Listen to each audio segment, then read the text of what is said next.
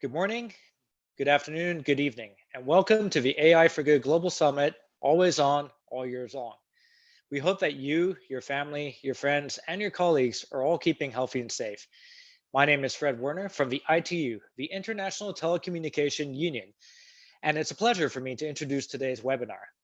Now, the ITU is the United Nations Specialized Agency for Information and Communication Technologies, and we're also the organizers of the AI for Good Global Summit, alongside with XPRIZE Foundation, and in partnership with 36 UN sister agencies, ACM, and co-convened with Switzerland.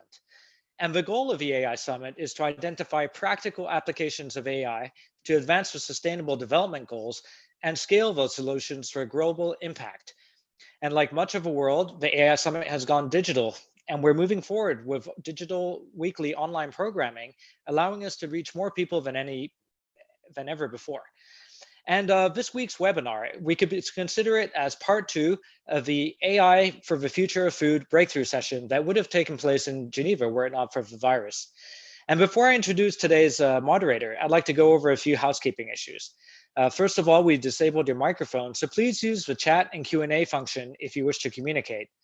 It's the job and the responsibility of the moderator to identify questions from you, the participants, and ask them to the panelists. And we're counting on your active participation to create a very interactive session. And speaking of being interactive, I have a first challenge for you. Could you please let us know where you're connecting from? And simply use the chat function, make sure it's selected chat to everyone, and type in where you're connecting from. Here, I'll go first. I'm connecting from Geneva, Switzerland. Okay, Geneva, Washington, DC, Dallas, Brazil, Prague, Virginia, Germany, Botswana, Montreal, Ohio, Pennsylvania, Rome, South Africa, Kiev, Stockholm. Wow, we really have a truly global audience here today, which is great. So without further ado, I'd like to introduce today's moderator. Her name is Caroline Kolta, and she's a senior associate at XPRIZE, and she leads research on the future of food systems. So Caroline, I'd like to welcome you to the show, and the show is all yours. Welcome. Thank you, Fred. Welcome everyone to today's webinar, where we discuss how to leverage AI technologies to create more regenerative, inclusive, nutritious, and resilient food systems.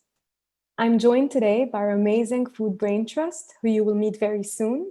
But first, the purpose of this webinar is to introduce the topic areas in which we're seeking project submissions from the public. As part of the AI for Good Food Breakthrough Track, a team of thought leaders known as the Food Brain Trust are using their expertise in data and AI to help drive global initiatives in the area of food and food systems. So before we dive in, I'd love for our Brain Trust members to introduce themselves. Lauren? Good morning, good afternoon, good evening. What an amazing global audience we have. My name is Lauren Fries.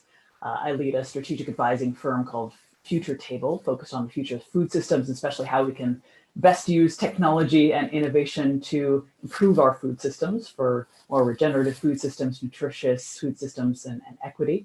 I have a background in international development, spent many years in rural Uganda working with smallholder farmers and other international development actors, and spent several years at the World Economic Forum as well, working on public-private partnerships. So it's a delight to be with you all today and to be part of this Brain Trust.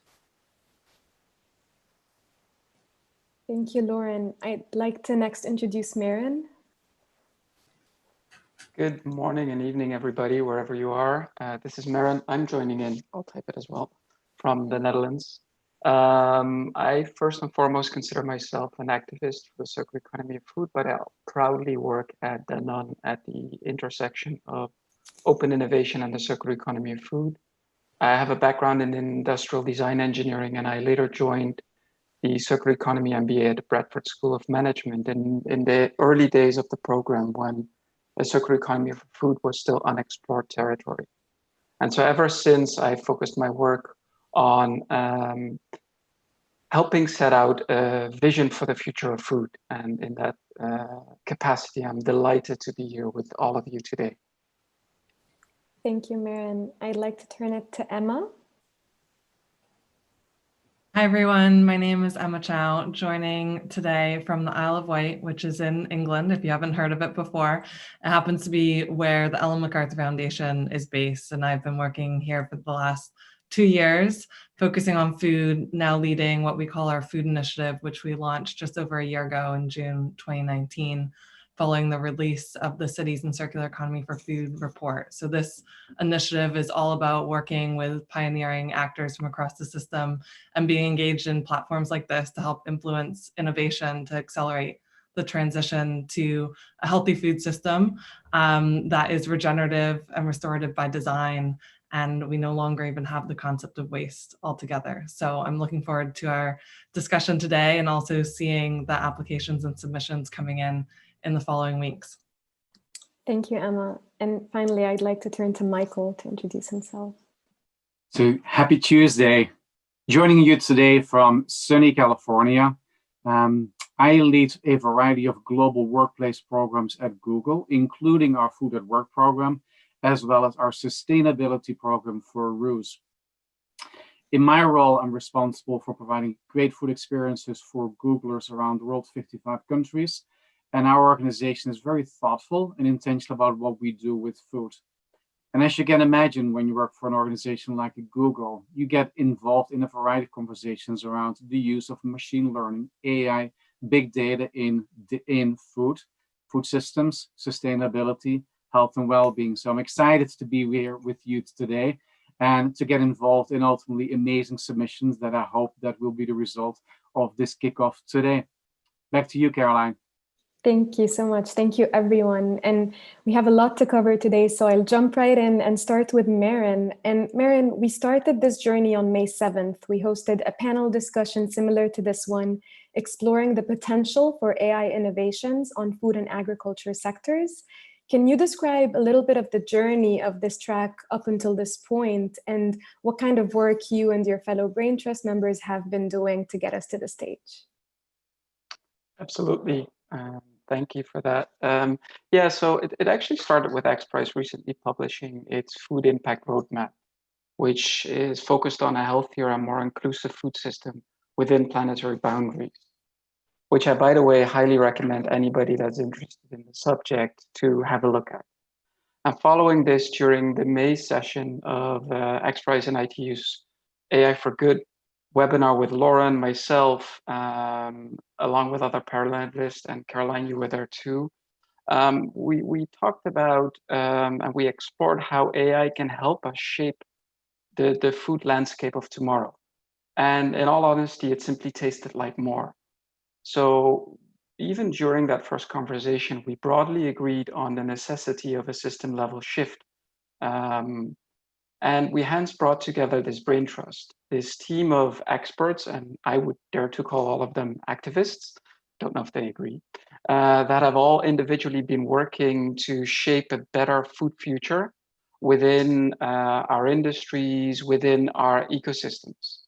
And as we came together over the past few weeks, we have been crystallizing our joint vision for the future of food, which Lauren will briefly describe in a minute. And in doing so, we focused on the role of technology, and particularly AI and ML, in this system level transformation. And so together with Lauren, Michael, and Emma, we have identified 3 broad teams, which we believe that these teams represent key leverage points, key areas that can contribute to a larger system level shift, a shift in the food systems toward the vision that Lauren will lay out for you now. Great. Thank you so much, Maren, for this. And with that, I'll turn to Lauren to tell us more about the vision behind this food breakthrough track and what are some of the goals that you're trying to achieve as a Brain Trust from this. Thank you, Caroline, and thanks, Maren.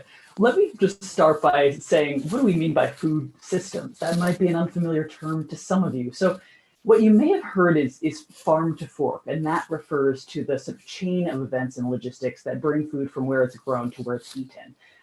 That's also sometimes called the value chain. Sometimes people call that the value web, or a food web when it's interconnected in a different way. It actually has a more circular system. So that's what we mean by the food system, all the different parts of that web that make that work, and also adjacent issues like fresh water, climate, farmers' livelihoods, food safety, those sorts of things. So we want to start by, by defining that term for you. So when we think about our current food systems, in many ways, they're extraordinary.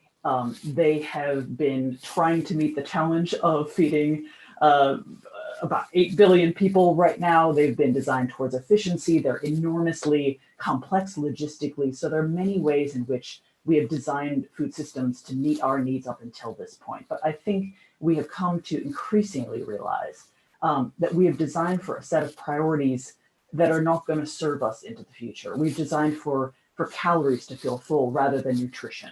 And we have about half of the world's population malnourished, either undernourished or overnourished.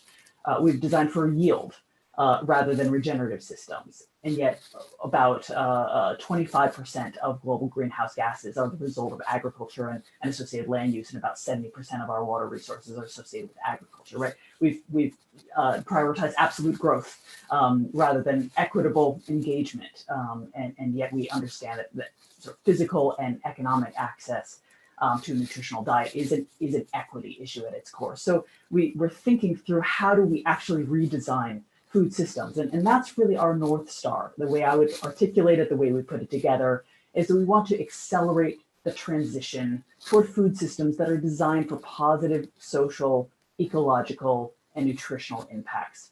And all of this in the spirit of the Sustainable Development Goals.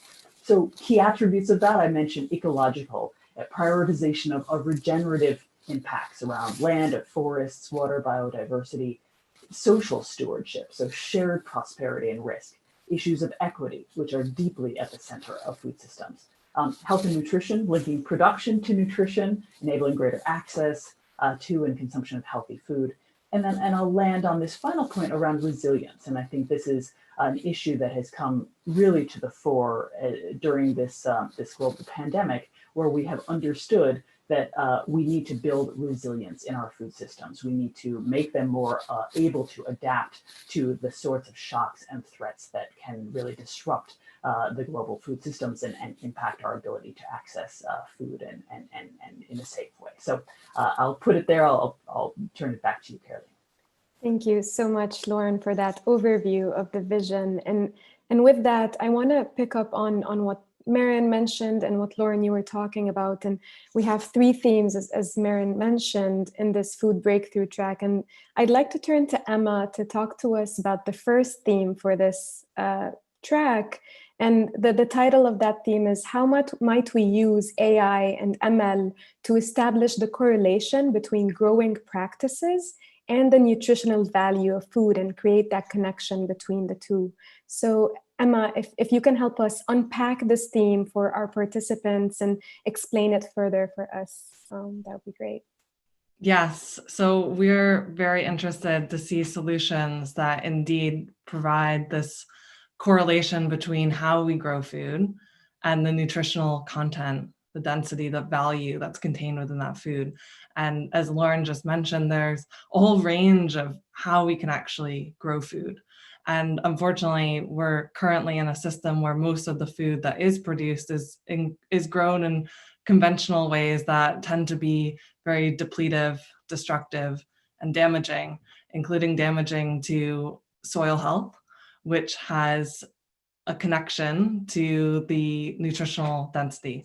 That's something that is not clear today and has widespread evidence and solutions. So that's one of the reasons why we're interested in that area. And we want to see this shift towards more regenerative practices. So we think about the underlying why for different stakeholders. So there needs to be a health rationale, an economic rationale, an environmental rationale. And we can look at parallel industries even and solution sets, and often having the health case and nutritional case is something that speaks to you as an individual. It speaks to the food companies who are trying to provide nutrition, the best nutrition for people around the world. It speaks to cities and authorities who are trying to take care of citizens. So we believe that if this case is very clear and that link between growing food in a regenerative way taking care of soil health, taking care of biodiversity, which also means the diversity of what we're eating. Right now, we eat a tiny, tiny sliver of the thousands, hundreds of thousands of edible species, varieties of food that's out there. And so if we're able to make that clear link, then we hope that we'll be able to create clearer incentives to see a shift across all the different food system actors who play a role in shaping what food is available for us around the world. And as a consequence, helping to harness the power of food so it's actually a force for good. And digital capabilities and technologies and what we hope comes through this challenge can showcase and accelerate all of that. So hopefully that was a solid overview of why we chose this theme as one of the three and the importance that we see in enabling this shift. Thank you, Emma. This was a very nice overview. And I'd like to follow up on that and ask you an additional question about this theme is, what do you expect submissions to look like? Everyone that's listening now is interested to apply and pitch their projects. So what would a project under that theme look like or achieve in order to win? Yeah. So just to dig into that a bit more, we're looking for approaches and technologies that can allow us to understand the implications of how something is grown on its nutritional value. And we're welcoming submissions that build the quantitative evidence rather, that evidence based on growing practices that translate into the most nutritious products for human consumption. Wonderful, thank you so much. And with that, I think we can definitely expand on that in the Q&A, but I'd like to cover the second theme with Michael. And the second theme asks, how might we use AI to design resilient food systems that better anticipate, adapt to, and mitigate shocks? And shocks could be any type of shock, whether it's climate or market shocks, etc. So Michael, please unpack this theme for us and so we can understand it better. Yeah, I think we're all living it today. As living through the pandemic, it is clear that there are so many disruptions in our system.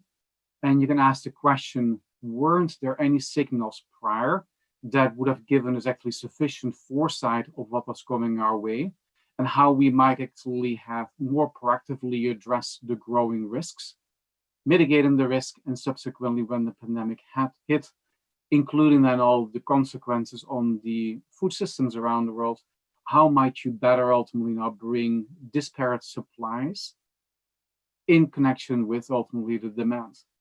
So this second challenge is really to think through how might you use machine learning and AI to build, design, and support resilient food systems that are much better prepared for probably more and more shocks coming to local, regional, and global food systems.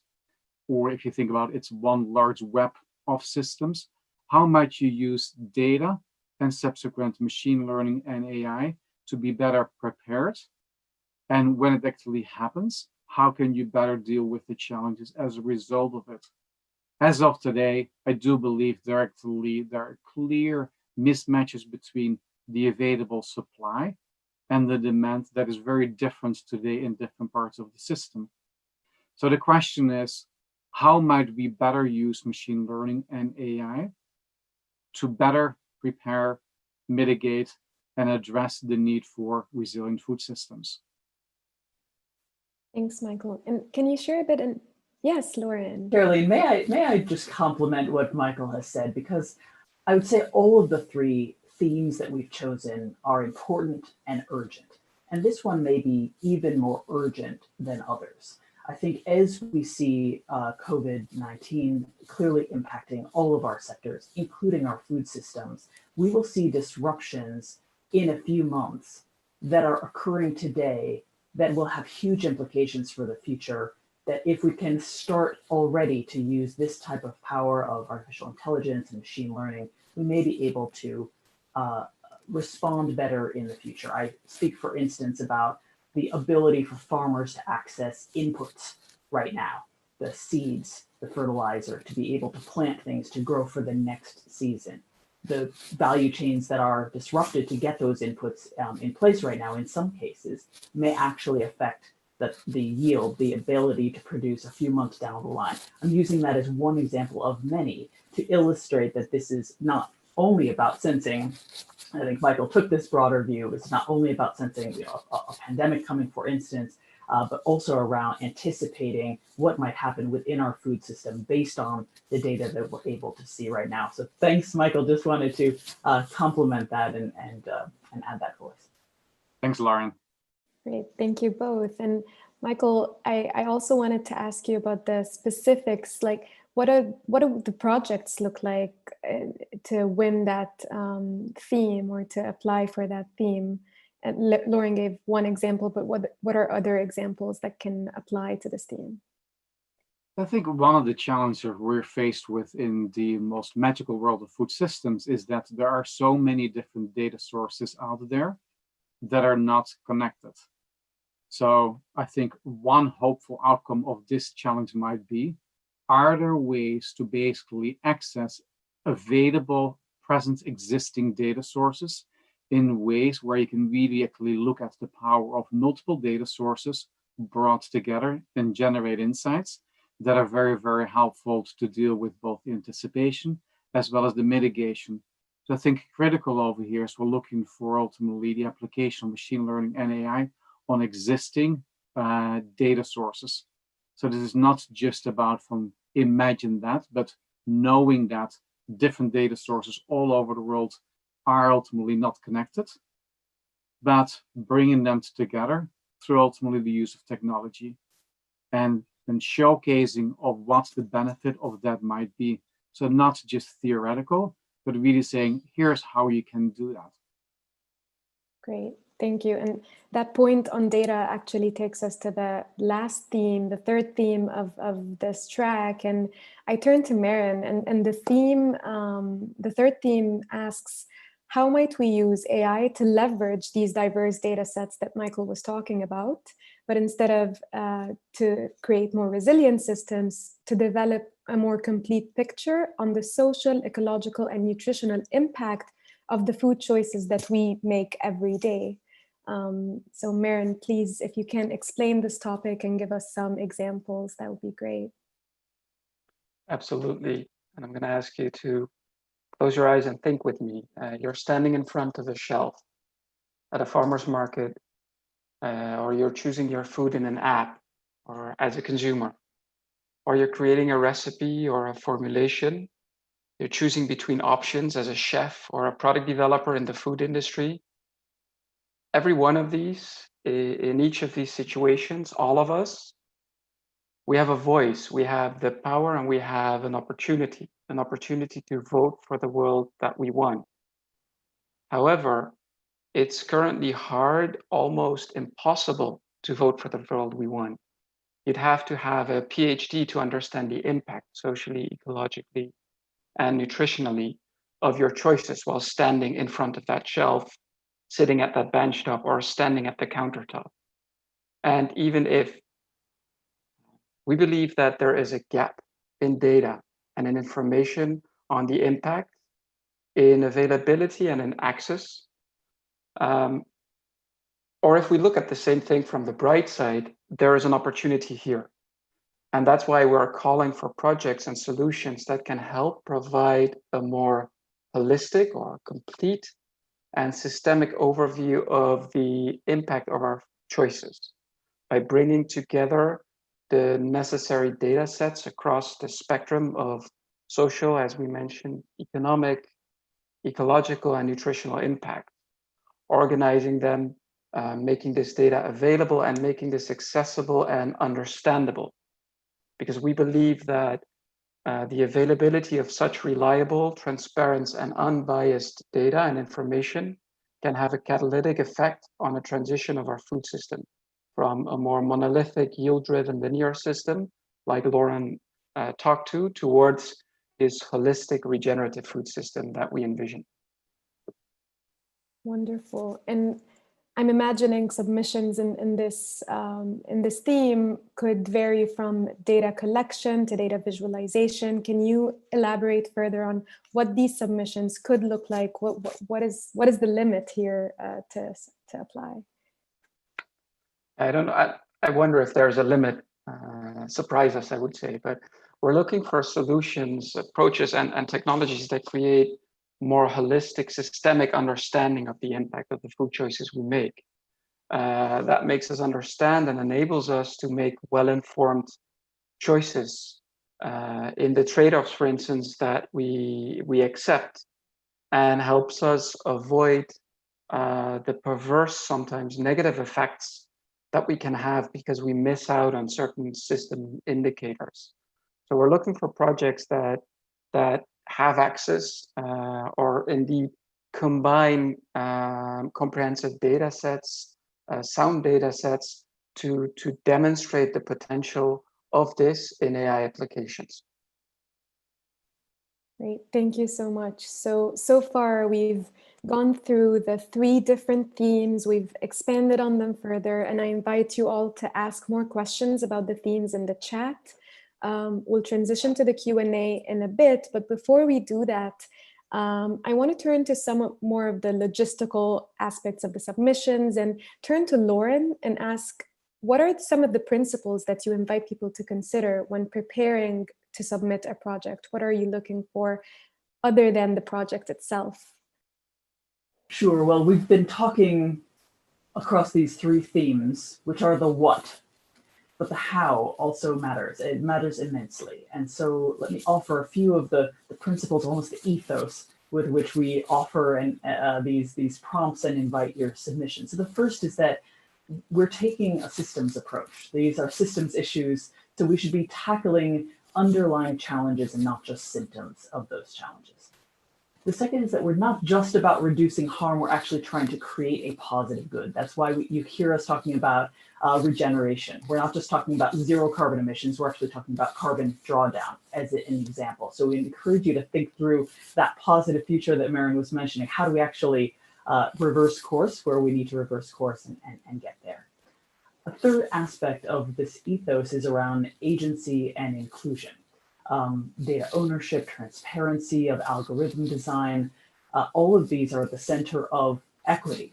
And there are some data gaps. There's some access to data challenges, farmers' access to their own data, gender disaggregated data. These are the sorts of elements that are at the center of the type of project that we will consider to be inclusive, that we will consider to be meeting the principle of equity.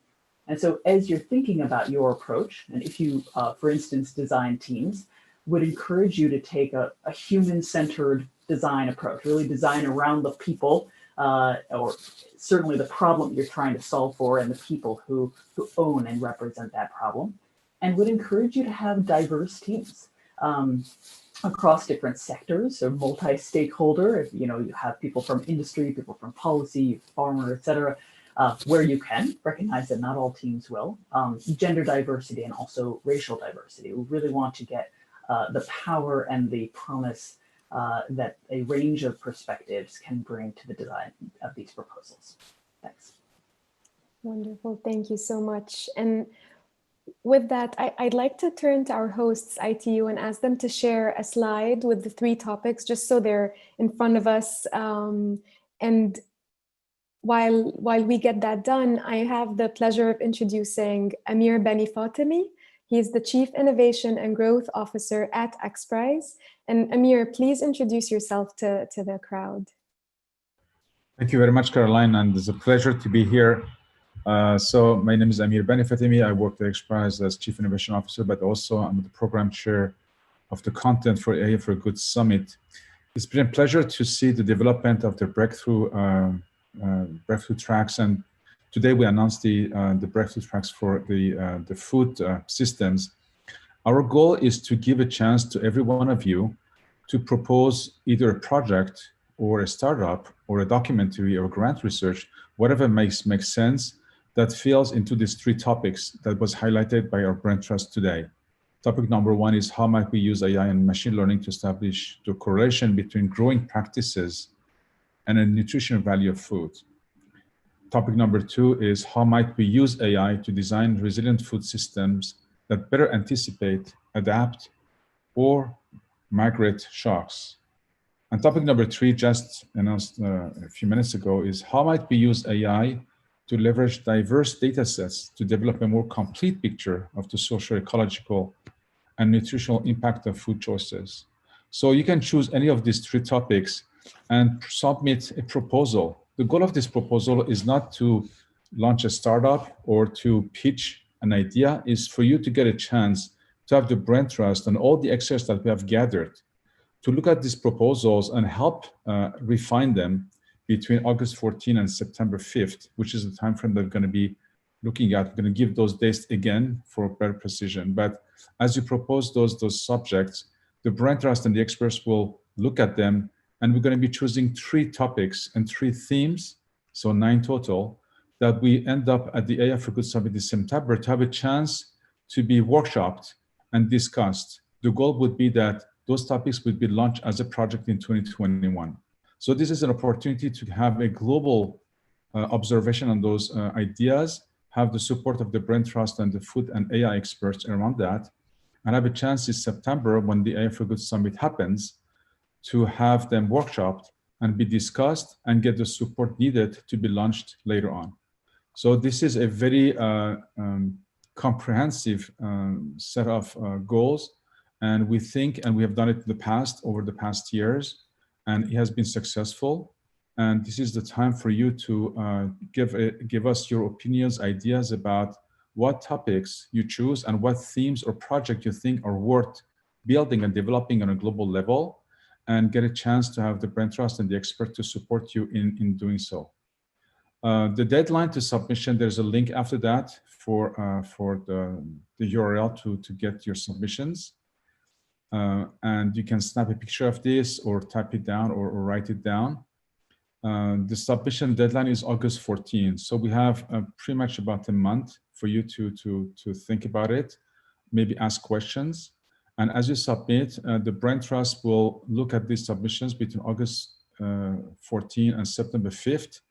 And then in the meantime, connect with you and give you some support in refining them. Our goal is to select, again, 3 main themes to be presented at the AI for Good Summit. And during that time, we'll have 3 days of workshop for each finalist or winner, if you call them, to get a chance to be launched.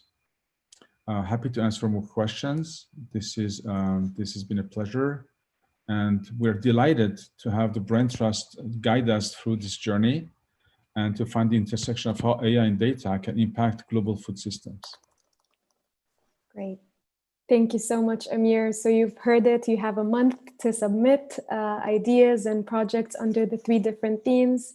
We are getting a lot of questions already in the chat, so I'd love to turn it back to our panelists with some questions. And the first one is a pretty high-level question to get into the specifics of what is a holistic food system? We've been talking about that for almost half an hour now, and maybe a nice overview of what we consider that a holistic food system can help. And if I have any volunteers from the panel, please raise your hand. You're all very capable of answering that one. Maren, please. Yeah, sure. I'll speak to it, and I'm happy if the rest of the Brain Trust chimes in. But typically, we tend to look at systems through analysis. So we tend to actually divide them into subsystems. And by either trying to understand or trying to design for or optimize these subsystems, our conviction is that we're optimizing the food system. Unfortunately, that is actually not how what is called complex adaptive systems, just like nature, systems just like nature work. Actually, what happens then is you might often have perverse effects. And I think Lauren alluded to this with, for instance, the focus on yield. If we think about a focus on yield, if we only have a monolithic focus on yield, but we do not look at the social impact of optimizing or maximizing yield, or we do not look at, for instance, water use impact, then we create a food system that for the indicators that we are tracking might have a very positive impact. But for some that we aren't tracking or aren't tracking yet, because we've also evolved in our understanding, actually has perverse effects.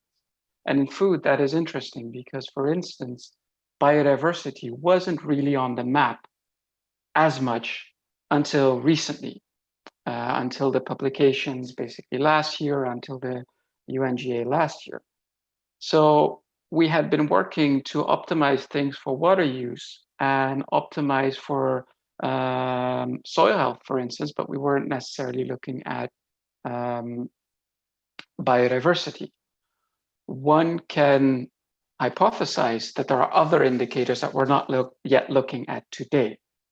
So when we're trying to establish like what is a good, well-functioning system, we want to make sure that the indicators that we look are as complete as possible and take as wide a range as possible. And then if you think about the role of the system ultimately is to provide nutrition, but also to provide livelihoods, to provide flavor and experience, a means of bonding, a social identity. So the food system in that sense is very, very broad, and thus we need a very broad, holistic set of indicators that we track.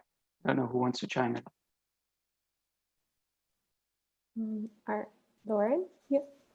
Emma, you go. I was gonna nominate you, Emma. I'll tag on in case you. Okay, let's see.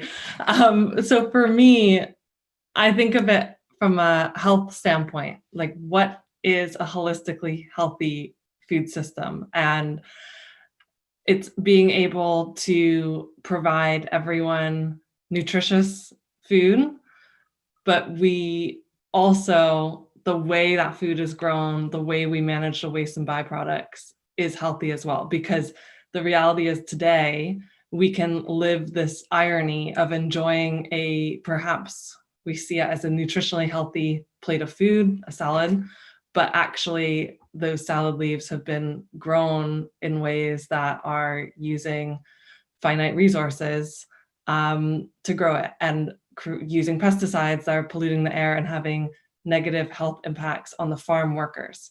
So that simply isn't going to allow people and nature to thrive long term. So the great thing is we can design systems that optimize and maximize all these co-benefits. And rather than looking at it as either ors, how do we create and design systems that maximize the ands? All right, thank you so much. Lauren, do you want to add to that? There's very little one can add to Maren and Emma describing holistic food systems. I will only say, and I'll take a cue from Maren, so close your eyes and imagine that you're going to where your food was produced. Okay, you can open your eyes. How many of you imagined a farm? Probably most of you. How many of you imagined the ocean? How many of you imagined a vertical farm or an urban farm?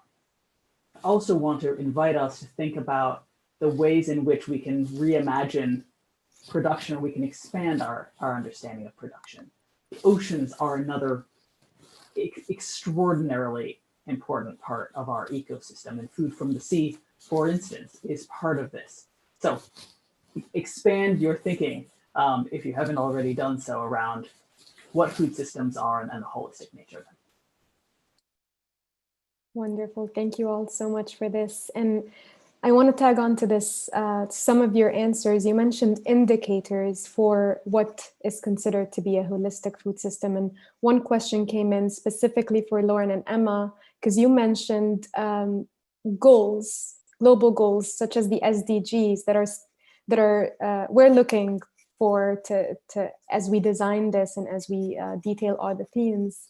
And the question is, what are the specific targets within these goals? And maybe we don't have the targets right now, but can you point participants in the direction to drill deeper into these goals and understand the numeric quantitative indicators that they should be working on through their submissions?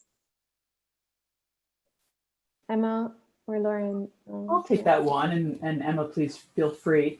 I think that we are open to where your project may achieve goals in line with the Sustainable Development Goals and the targets underneath those goals.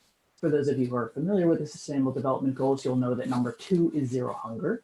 That might be the one that seems most obvious, but actually, if you look a little deeper, not too much deeper, you'll see that we probably touch 10 plus of the Sustainable Development Goals in how we've designed and described these challenges. And so I don't think we want to be prescriptive, just to say that where you can demonstrate that there's alignment with some of these broader targets, we welcome that. And where you can also demonstrate that you're in alignment with some of the principles that we've also said here today, whether or not you're explicitly giving us an SDG target around regeneration, around nutrition. I think we'll take that into consideration as well. You can show some demonstrable contribution to, again, the evidence base or the positive incentives that would push us towards some of those desired aspects of our future. Michael, please. Yeah. Adding to what Lauren has said, in my world, I always think through, on the one hand, how big can you think? Because the challenges are global, they're truly gigantic. But at the same time, you have to break it down into ultimately addressable steps. So I think in all the solutions that you're going to be thinking of and ultimately proposing is to find this balance between there are global challenges that manifest themselves in different ways in different parts of our ecosystem. And at the same time, you have to ultimately bite the elephant one bite at a time. And don't get stuck into a solution or a suggestion that you have might in your own mind be too small or just be applicable to a specific region or a specific country, because you learn by doing. So I really hope to find ultimately actionable solutions that will give us some more insight upon we can then build to get to ultimately the broader global set of challenges, because they're different. Great, thank you, Michael. I'd like to stay with you on this next question because we've mentioned data as a central part of all of these themes. And one question came in looking for suggestions for solutions to the lack of accessibility to that data. And they mentioned the digital divide in countries. So how can we address these issues to AI when data sometimes isn't there, or there's this digital divide between communities within country or between countries?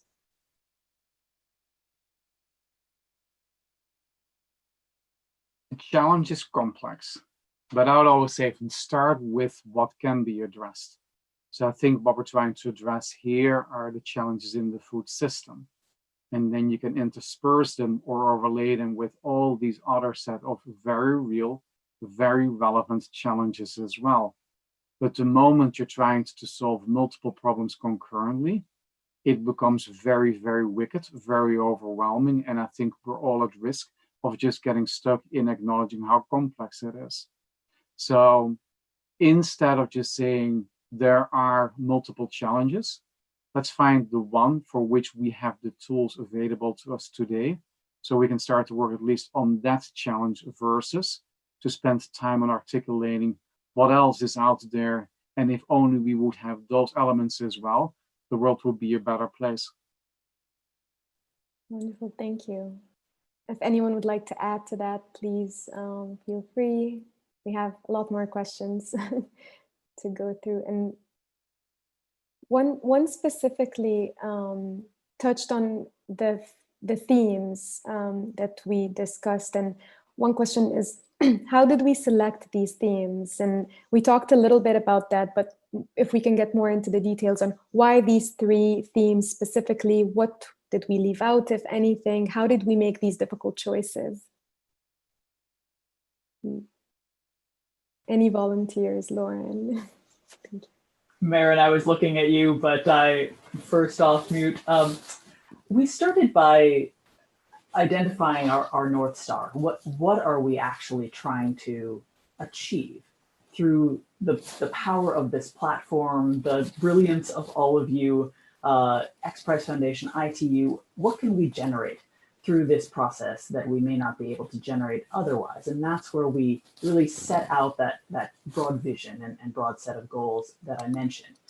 Then we said, well, okay, but how do we actually take bites out of that? As Michael said, you can't address the whole. And even though I think the themes that we proposed are rather large, we said, where is there a missing element in the transition towards this improved food system that could be aided by AI and ML, and that is not happening yet for whatever reason?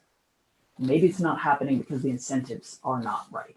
Maybe it's not happening because the data are not there, or we're not actually learning from those data to incorporate that into our food system design. So we took, as a group, we took a long list of potential questions and sort of hashed through them and came up with this set that you see in front of you today. I will say also, and I think I'm just scanning a little bit through the chat as we talk, the four of us are currently the face of this brain trust. We do not yet have the diversity of thought, of experience that we need, and we're building that. I just want to say that sort of explicitly, because there are some who are asking about farmers in the group. Maybe some other my co-brain trust members are farmers. Clearly, we need to continue to build out so that we can have a robust response to the submissions that come in.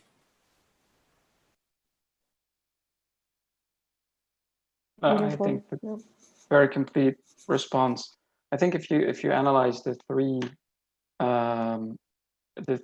questions that we asked, they are on one hand side systemic, because as Lauren said, we identified a North Star, and we want to make sure that the interventions are systemic in nature.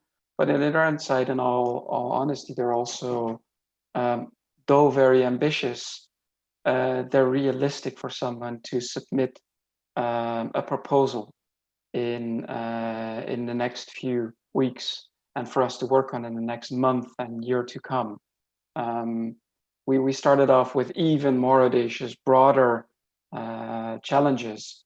But if everything is missing, from the data set all the way to definition, technology, etc., then it was just too big a piece of the elephant. Let's say it was all of its back end to bite off, and it was a little bit too much to put on the grill. I'm starting to wonder what sort of food Michael does provide to his Googlers, biting off elephants over there, Michael. Great. So we have theme-specific questions now. We started with some broad questions, but now we're getting questions about theme one, about the application of AI, and the questions, how can AI apply to local production instead of like mass-scale global production? Yeah, it's a great question, because it sheds light on the different scales of food systems, and we really need that diversity, and local is important in terms of connecting what's available near consumption hubs like cities, for instance. Let's eat what's being grown nearby if it's available and appropriate. And for that reason, I think there are lots of opportunities to be applying AI to designing those systems, to measuring impacts, and specifically when it comes to the first question in particular, that's about growing practices and nutritional health. If we look at the linkage between the profile of soil varies from place to place around the world. So by its very nature, the way that you use those tools will need to be tailored to the places, or it needs to have capabilities to tailor to different places based on the characteristics. Great. If I may add, I think it's actually embedded in the questions. If you think about all three of them, and this is why we wrote the North Star. Our vision is systems cannot be healthy if they do not operate at all scales, if they're not this nested hierarchy that operates at all scales, because indeed, we have a question that is linking growing methodologies to the nutritional content. That brings skill into the picture. Then because one of the things that we've been doing is we've been growing our food in a way where we force an ecosystem to output only one crop out of that ecosystem year in, year out, rather than regarding that ecosystem as exactly that, as a system that produces more than just one single monocrop. And to get that system to produce these outputs, we therefore had to add all these inputs. We were impoverishing the soil, we created runoffs, etc. And you can see how the system breaks down. If we think about resilience in the second question, a system is only resilient if it operates at all scales. Actually, the diversity is what creates resilience. And then again, if we look at the impact, how can a food system, I would wonder, have a positive social impact if it is only reliant on mass scale and centralized production systems? So I think it's in all three of them if you take a closer look. Wonderful, thank you for that. And I want to jump to theme 2. We received a question about the most restricting global policies to the deployment of wide-scale solutions, such as the one we're asking for, relating to the second theme, especially with countries having different metrics on the social, ecological, and even nutritional impacts of food. So for example, that question specifies that some additives could be legal in one country, but illegal in another country. So how can those submissions that are trying to create that link abide by or be in line with these changing global policies? My starting point would be to start small and make it relevant in a country or in a region, and don't consider all the constraints that you might face if you take it global, because the solutions are going to be diverse, they're going to be locally relevant, and I've seen very few solutions that actually work either globally, and if they do, they probably work at a very slow pace. So you have all these different considerations that you have to take into consideration. But I would really start with, how can you use data? How can you use machine learning and AI to ultimately, for the second challenge, to create more resilient food systems? That's where it really starts.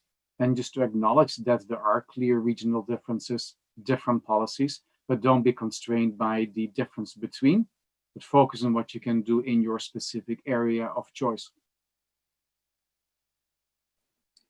Great, thank you. Does anyone want to add to that before we jump to the next one? All right, great. I want to jump to theme 3, and this question is interesting because I think it touches us all every day. And the question is, how can AI help nutrition be more clear for everyone? And this person who asked this question specifically asks about some foods that are healthy one day and unhealthy the next in the media and in what we hear.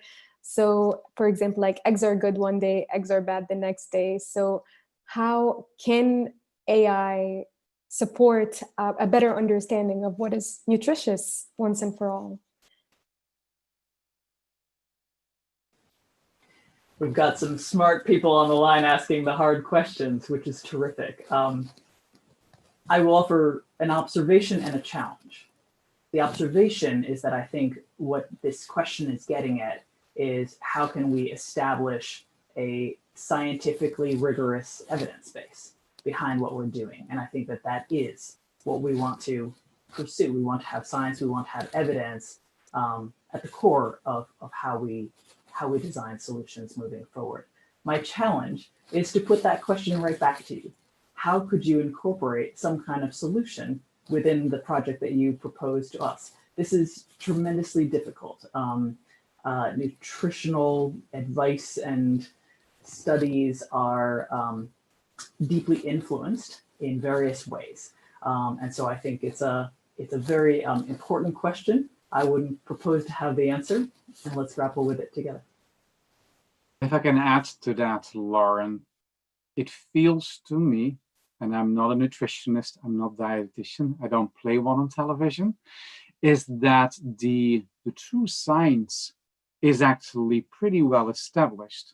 But what we get confused with is the noise, probably about the 5%, where different diet proponents are just creating noise or attention for their beliefs. But the core nutritional science, I think, is very well broadly accepted. So I would actually believe that the role of AI and ML is not so much about the further enhancement of the nutritional science, but more which data sources that are evidence-based and are supported by key universities around the world could we use in order to actually move forward with the challenges posed to youth today. Great. And I want to build on that question too, and it touches on a concept, maybe a new one, on personalized nutrition. So can we take it even further? Can we use AI and ML? And do you know of cases where it's already being used to personalize nutrition, either for a person or an ecosystem? What is a good crop for that ecosystem specifically? I think there are actually two ways of looking at this. One is indeed personalization, and yes, even though the broad science of nutrition is pretty well understood, if we look at personalized nutrition, we're still making huge strides. And yes, there are some startups, for instance, that are working on the microbiome of pro athletes and trying to analyze the microbiome of pro athletes and identify what are some specific markers and nutrients. On the other end side, there's also the other end of the spectrum, which is if we look at the resources that are at our availability, and this is also due to the fact that we use only those 12 crops, but beyond that, we actually know less than 5% of the plant world, the plant kingdom, so to say. We know less than 5% of the phytonutrients, the plant nutrients that are available within the food that is readily available all around us, grown everywhere. So there's an opportunity on one hand side to have more personalized outcomes, but there's also an opportunity to start to better use nature and the diversity of nature as a source of solutions for a healthier nutrition. And with that, not just a singular source. Today, we often we discover that, let's take, and I'm not saying this is healthy by any chance, but caffeine is a phytonutrient. We all know it. We all know its properties. So therefore, the word starts to scale coffee. What we can go to tomorrow is to say, well, there's a phytonutrient, caffeine, and it can be found in this humongous set of ingredients. And therefore, we can also look at now which one of those is actually locally relevant from an ecosystem's point of view, but also from a cultural point of view. So I think there is still a lot to be discovered, and we don't have all the answers. There's 110 of you on the line now. We hope you have huge ecosystems. That's why we're here. We want your help. Great. Thank you for that, Maren. And we're almost at time. So I have one last question for the group. And it's specifically about how do we assess the effectiveness of the submissions that we get? And I think that's a great question to end with. What are we comparing these submissions against? What is the benchmark that we're using as the brain trust? What will look good? What will look bad in terms of the submissions that we'll get? And I think that's a great question to end. So any volunteers? I'll say two things. One is surprise us. What can you offer from your brilliant perspective? And the second is, how can what you propose be tangible in some of the ways that Michael suggested?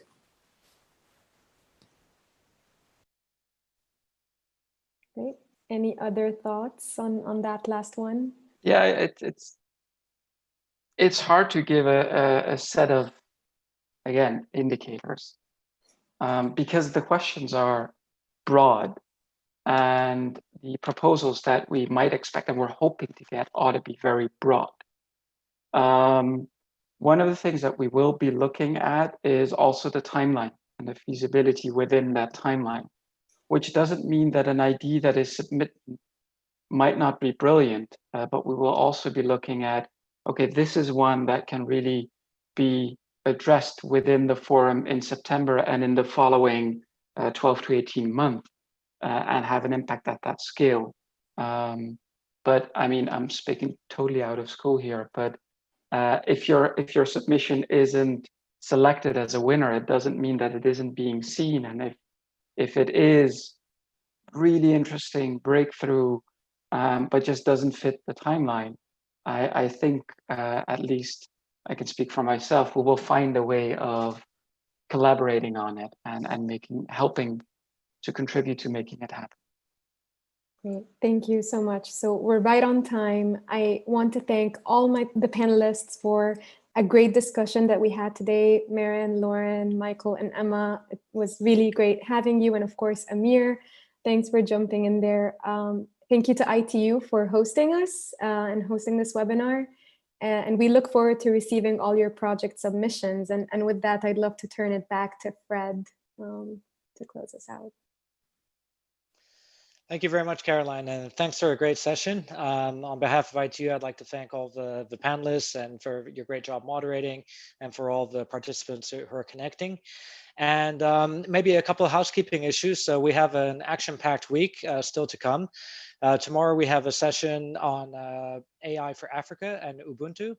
I won't spoil the surprise, but I highly recommend you connect and see how that's working. And on Thursday, we also have a session where we'll be launching the Global Data Pledge. And this is a project that's coming under the Global Initiative for AI and Data Commons. And we have two last-minute surprise speakers there. One is a Nobel Peace Prize winner, Mohamed Yunus, and also Anya Calderon, who's the executive director of the Open Data Charter. So if you're interested in this topic, you're interested in data and how data collaboration can help solve big problems, I think you'll be interested in that session as well. And I highly recommend you tune in on Thursday.